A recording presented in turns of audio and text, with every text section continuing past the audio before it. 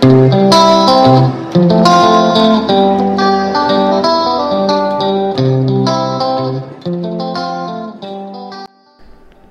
friends, ഇന്നത്തെ നമ്മുടെ recipe സേമിയയും കാരറ്റും ഒക്കെ വെച്ചിട്ട് നല്ല വെറൈറ്റി ആയിട്ട് ഈവനിങ് ചായയുടെ ഒക്കെ കൂടെ റെഡിയാക്കി എടുക്കാൻ പറ്റുന്ന ഒരു അടിപൊളി ടേസ്റ്റി ആയിട്ടുള്ള കാരറ്റ് സേമിയ പോളയാണ് കേട്ടോ ചെയ്യുന്നത്. അപ്പോൾ നമുക്ക് വീഡിയോയിലേക്ക് പോയാലോ. അപ്പോൾ ആദ്യം തന്നെ നമുക്ക് ഈ ഒരു പോള റെഡിയാക്കാനായിട്ട് ജസ്റ്റ് ഒന്ന് കാരറ്റ് ഒന്ന് വഴറ്റിയെടുക്കണം. അപ്പോൾ അതിനായിട്ട് ഞാനിവിടെ ഒരു പാൻ വെച്ച് കൊടുത്തിട്ടുണ്ട്. പാൻ ഒന്ന് ചൂടായി വരുന്ന സമയത്ത് നമുക്ക് 1 ടേബിൾ സ്പൂണോളം ഗീ ചേർത്ത് കൊടുക്കാം. ഗീ തന്നെ ഈ ഒരു പോളയിലൊക്കെ ഗീ തന്നെ ചേർത്ത് കൊടുക്കാൻ വേണ്ടി ശ്രദ്ധിക്കണേ. എന്നിട്ട് നമുക്ക് ഗീ ഒന്ന് മെൽട്ടായി വരുന്ന സമയത്ത് ഇതിലേക്ക് ഒരു വലിയ കാരറ്റ് ഇതുപോലെ ഒന്ന് ഗ്രേറ്റ് ചെയ്തിട്ട് ചേർത്ത് കൊടുക്കണം. ചെറുതാണെങ്കിൽ 2 എണ്ണം വരെ എടുക്കുക കേട്ടോ. എന്നിട്ട് കാരറ്റ് ചേർത്ത് കൊടുത്തതിന് ശേഷം നമുക്ക് നന്നായിട്ടൊന്ന് വഴറ്റിയെടുക്കണം. ആദ്യം ഒന്ന് മിക്സ് ചെയ്ത് കൊടുത്തതിന് ശേഷം കൂടെ തന്നെ നമുക്കൊരു 2 ടേബിൾ സ്പൂണോളം പഞ്ചസാര ചേർത്ത് കൊടുക്കാം. എന്നിട്ട് നന്നായിട്ടൊന്ന് ആ ഒരു കാരറ്റിൻ്റെ പച്ചച്ചുവയൊക്കെ മാറി കിട്ടുന്നവരെ ഒന്ന് വഴറ്റിയെടുക്കാം. ഈ ഒരു സമയത്ത് നമ്മൾ എന്തിനാണ് കാരറ്റിന് മധുരം ചേർക്കുന്നതെന്ന് വെച്ച് കഴിഞ്ഞാൽ നമ്മൾ പോള റെഡി ആയി കഴിഞ്ഞ് കഴിഞ്ഞാൽ മുട്ടയിൽ മാത്രം ചേർത്ത് കൊടുത്ത് കഴിഞ്ഞ് കഴിഞ്ഞാൽ നമുക്ക് അവിടെ ഇവിടെയൊക്കെ ഇടയ്ക്ക് കടിക്കുന്ന സമയത്ത് മധുരം ഇല്ലാതൊരു ഫീലിംഗ് ഉണ്ടാവും. അപ്പോൾ അത് ഒഴിവാക്കാൻ വേണ്ടിയിട്ടാണ് കാരറ്റിലും സേമിയവും അതുപോലെ തന്നെ വേവിച്ചെടുക്കുന്ന സമയത്ത് നമ്മൾ മധുരം ചേർത്ത് കൊടുക്കണം. അപ്പോൾ ഇതൊന്ന് സ്കിപ്പ് ചെയ്യാതെ തന്നെ ചേർത്ത് കൊടുക്കാൻ വേണ്ടി ശ്രദ്ധിക്കണേ, ഓർക്കണേ.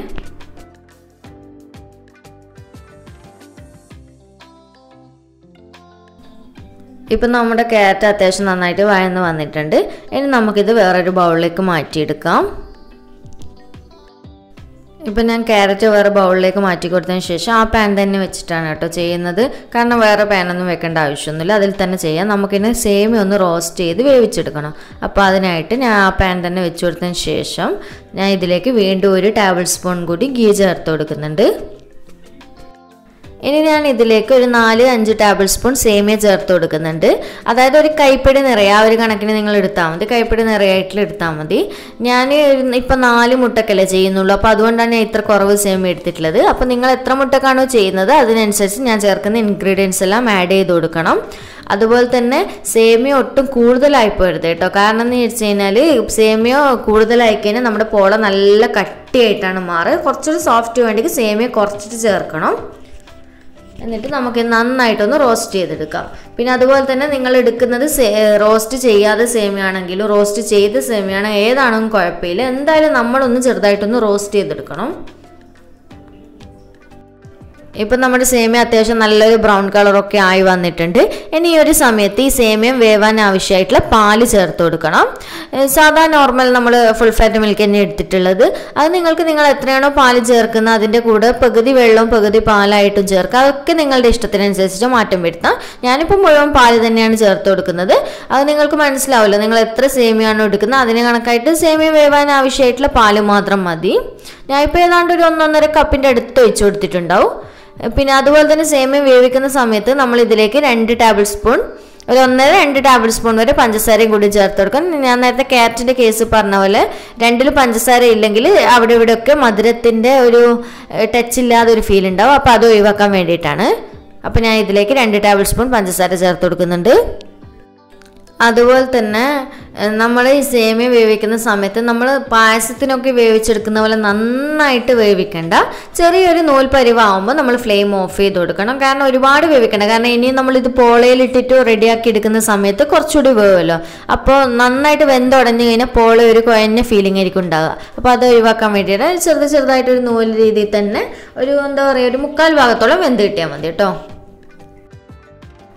ഇപ്പം നമ്മുടെ സേമിയ അത്യാവശ്യം വെന്ത് വന്നിട്ടുണ്ട്. ഇനി നമുക്കിത് ഫ്ലെയിം ഓഫ് ചെയ്യാം.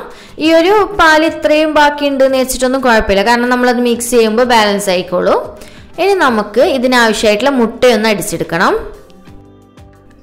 അപ്പോൾ ഇനി നമുക്ക് ഈ ഒരു കോഴിമുട്ട ഒന്ന് അടിച്ചെടുക്കാനായിട്ട് ഞാനിപ്പോൾ ഒരു മിക്സ് ചെയ്ത ജാറിലേക്ക് 4 കോഴിമുട്ട പൊട്ടിച്ചൊഴിച്ച് കൊടുത്തിട്ടുണ്ട്. ഇനി കൂടെ തന്നെ നമുക്കൊരു 5 ടേബിൾ സ്പൂൺ വരെ പഞ്ചസാര ചേർത്ത് കൊടുക്കണം. അതുപോലെ തന്നെ പഞ്ചസാര ചേർത്ത് കൊടുക്കുമ്പോൾ നിങ്ങൾ എപ്പോഴും ശ്രദ്ധിക്കേണ്ട ഒരു കാര്യം, നമ്മൾ കാരറ്റിലും സേമിയയിലും മധുരം ഇട്ടിട്ടുണ്ടായിരുന്നു. അപ്പോൾ അതിൻ്റെ ബാക്കി മാത്രമാണ് ഇതിൽ ചേർത്ത് കൊടുക്കാൻ പാടുള്ളൂ. അല്ലാതെ ഓവർ മധുരമൊക്കെ നമ്മുടെ പോള പെട്ടെന്ന് കരിഞ്ഞു പോകും. അപ്പോൾ പഞ്ചസാര ചേർത്തതിന് ശേഷം നമുക്ക് ഇതിലേക്ക് ഒരു അര ടീസ്പൂൺ ഏലക്കാപ്പൊടി ചേർത്ത് കൊടുക്കണം. ഏലക്കാപ്പൊടി നിങ്ങളുടെ ഫ്ലേവറിനനുസരിച്ചിട്ട് കൂട്ടിയും കുറക്കൊക്കെ ചെയ്യാം. ഇനി നമുക്ക് ഇതിലേക്ക് ഒരു പിഞ്ച് ഉപ്പ് ചേർത്ത് കൊടുക്കണം. ഒന്ന് ഈ ഒരു പോളയുടെ മധുരം ഒന്ന് ബാലൻസ് ചെയ്യാനായിട്ടുള്ള ഉപ്പ് മാത്രം. അപ്പോൾ ഇനി നമുക്കിത് നന്നായിട്ടൊന്ന് അടിച്ചെടുത്തിട്ട് വരാം. ഇപ്പം ഞാൻ നന്നായിട്ട് അടിച്ചെടുത്ത് വന്നിട്ട് കണ്ടില്ലേ, ഈ ഒരു രീതിയിൽ മതി. ഇനി നമ്മൾ നേരത്തെ സേമിയയും ക്യാരറ്റും ഒക്കെ റെഡിയാക്കിയിട്ട് ഒരു ബൗളിലേക്ക് മാറ്റി വെച്ചിരുന്നല്ലോ, അതിലേക്ക് ഈ കോഴിമുട്ട ഒന്ന് ഒഴിച്ചു കൊടുത്തിട്ട് നന്നായിട്ടൊന്ന് ഇളക്കി മിക്സ് ചെയ്തെടുക്കാം.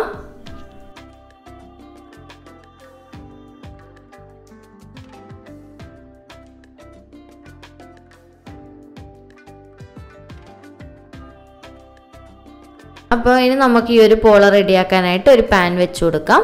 അതിലേക്ക് ഒരു ടേബിൾ സ്പൂൺ ഗീ ചേർത്ത് കൊടുക്കണം. ഞാൻ നേരത്തെ പറഞ്ഞ പോലെ പോള റെഡിയാക്കാൻ വേണ്ടിയിട്ട് ഗീ തന്നെ ചേർത്ത് കൊടുക്കാൻ വേണ്ടി ശ്രദ്ധിക്കണം. കാരണം ബട്ടർ ഓയിലൊന്നും അത്ര നല്ലൊരു ഫ്ലേവർ കിട്ടില്ല, ആ ടേസ്റ്റ് കുറയും. അപ്പോൾ ഗീ ഒന്ന് മെൽട്ടായി വരുന്ന സമയത്ത് നമുക്ക് ഇതിലേക്ക് കുറച്ച് കാഷ്യൂ, അതുപോലെ തന്നെ കുറച്ചൊന്ന് മുന്തിരിയും വറുത്തെടുക്കണം. അത് നിങ്ങളുടെ ഇഷ്ടത്തിനനുസരിച്ച്, കാരണം മേലെ ചെറുതായിട്ടൊന്ന് ഡെക്കറേഷൻ ചെയ്യാൻ മാത്രമാണ്. അപ്പോൾ നിങ്ങളുടെ ഇഷ്ടത്തിനനുസരിച്ചിട്ട് ചെയ്യാം. അപ്പോൾ ഇതൊന്ന് നന്നായിട്ടൊന്ന് ചെറിയൊരു ബ്രൗൺ കളറായി വരുന്നവരൊന്ന് റോസ്റ്റ് ചെയ്തെടുക്കാം. അപ്പോൾ അണ്ടിപ്പരിപ്പ് അത്യാവശ്യം റോസ്റ്റായി വരുന്ന സമയത്ത് കുറച്ച് മുന്തിരിയും കൂടി ചേർത്തിട്ട് നന്നായിട്ടൊന്ന് റോസ്റ്റ് ചെയ്തെടുക്കാം. ഇനി ഞാൻ ഈ അണ്ടിപ്പരിപ്പും മുന്തിരിയൊക്കെ കോരിയെടുത്തിട്ടുണ്ട്. ഇനി നമ്മൾ നേരത്തെ റെഡിയാക്കി വെച്ചിട്ടുള്ള മിക്സ് ഇതിലേക്ക് ഒഴിച്ചു കൊടുക്കാം.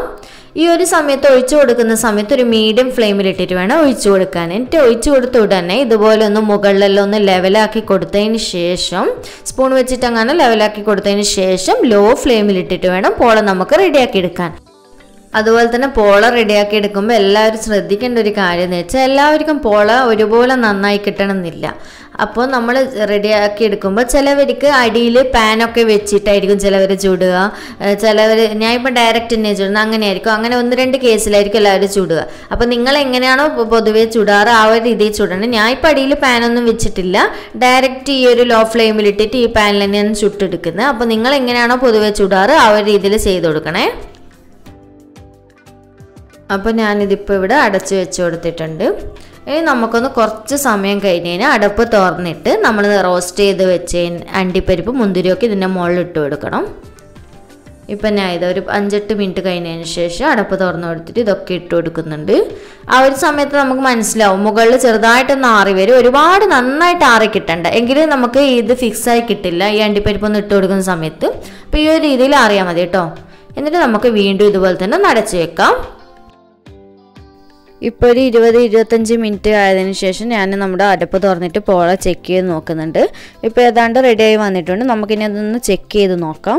എല്ലാ പോളക്കും ഏതാണ്ട് ഒരു 20-25 മിനിറ്റ്, ചില പോളക്ക് അരമണിക്കൂർ, എന്തായാലും അരമണിക്കൂർ കൊണ്ട് എല്ലാ പോളയും റെഡിയായി കിട്ടും. അപ്പോൾ ഞാൻ ഇപ്പോൾ അടപ്പ് തുറന്നു കൊടുത്തിട്ടുണ്ട്. ഇനി നമുക്ക് ഇതുപോലെ ഒരു സ്ക്വയറോ ഒരു കത്തി എന്തെങ്കിലും വെച്ചിട്ടൊന്ന് ചെക്ക് ചെയ്യുക. ഇതുപോലെ ഒന്ന് ഡിപ്പ് ചെയ്ത് നോക്കുന്ന സമയത്ത് സ്ക്വയറിൽ ചെറുതായിട്ട് പറ്റിയിട്ടുണ്ട് എന്നുണ്ടെങ്കിൽ നമുക്ക് പോള കുറച്ചുകൂടി വേവാനുണ്ട് എന്നാണ്. പക്ഷേ എൻ്റെ ഇപ്പം പറ്റിയിട്ടൊന്നുമില്ല, നന്നായിട്ട് വെന്തിട്ടുണ്ട്. ഇനി ഞാനിതൊരു പ്ലേറ്റിലേക്ക് മാറ്റി കൊടുക്കുന്നുണ്ട്. ഇതുപോലെ ഒന്ന് കമഴ്ത്തി വെച്ച് കൊടുത്താൽ മതി. അപ്പോൾ ഒന്ന് ഇളകി കിട്ടിക്കോളും. ഇപ്പോൾ കണ്ടില്ലേ, തൊട്ട് നോക്കുന്ന സമയത്ത് തന്നെ നല്ല സോഫ്റ്റ് ഇല്ലേ. അതാണ് ഞാൻ പറഞ്ഞത് സേമിയ ഒരുപാട് ഉണ്ടാകുന്ന. ഈ ഒരു മെഷറിങ്ങിൽ നിങ്ങൾ എടുക്കുന്ന കോഴിമുട്ടയ്ക്ക് അനുസരിച്ചിട്ട് ഇൻഗ്രീഡിയൻസിൽ മാറ്റം വരുത്തിയാൽ മതി. അതുപോലെ തന്നെ ഇപ്പോൾ കട്ട് ചെയ്ത് കൊടുക്കുന്ന സമയത്തെല്ലാം കണ്ടില്ല, നല്ല പാകത്തിന് വെന്തിട്ടൊക്കെ വന്നിട്ടുണ്ട്. നല്ല സോഫ്റ്റായിട്ട് വേണം ഇത് കട്ട് ചെയ്യുമ്പോൾ ഒക്കെ കിട്ടുക. അപ്പോൾ സേമിയ കൂടുതലായിട്ട് എടുക്കാതിരിക്കാൻ ശ്രദ്ധിക്കുക. എങ്കിൽ നമ്മുടെ നന്നായിട്ട് ഈ ഒരു പോള ഉറച്ചിട്ടാണ് വരിക, നല്ല കട്ടിയായി പോകും. അപ്പോൾ അതിൻ്റെ കാര്യം ഒന്ന് ശ്രദ്ധിക്കുക. ബാക്കി എല്ലാ പ്രൊസീജിയേഴ്സ് ഈസി ആയിട്ട് നമുക്ക് ചെയ്തെടുക്കാൻ പറ്റും. അതുമാത്രമല്ല നല്ല ടേസ്റ്റാണ് കേട്ടോ ഈ ഒരു പോള. എന്തായാലും ഒന്ന് ട്രൈ ചെയ്ത് നോക്കണേ. അപ്പോൾ നിങ്ങൾക്ക് ഇഷ്ടമായിട്ടുണ്ട് എന്നുണ്ടെങ്കിൽ ഫീഡ്ബാക്കൊക്കെ അറിയിക്കുക. അതുപോലെ തന്നെ ലൈക്ക് ചെയ്യുക ഈ ഒരു റെസിപ്പി ഇഷ്ടമായിട്ടുണ്ടെങ്കിൽ.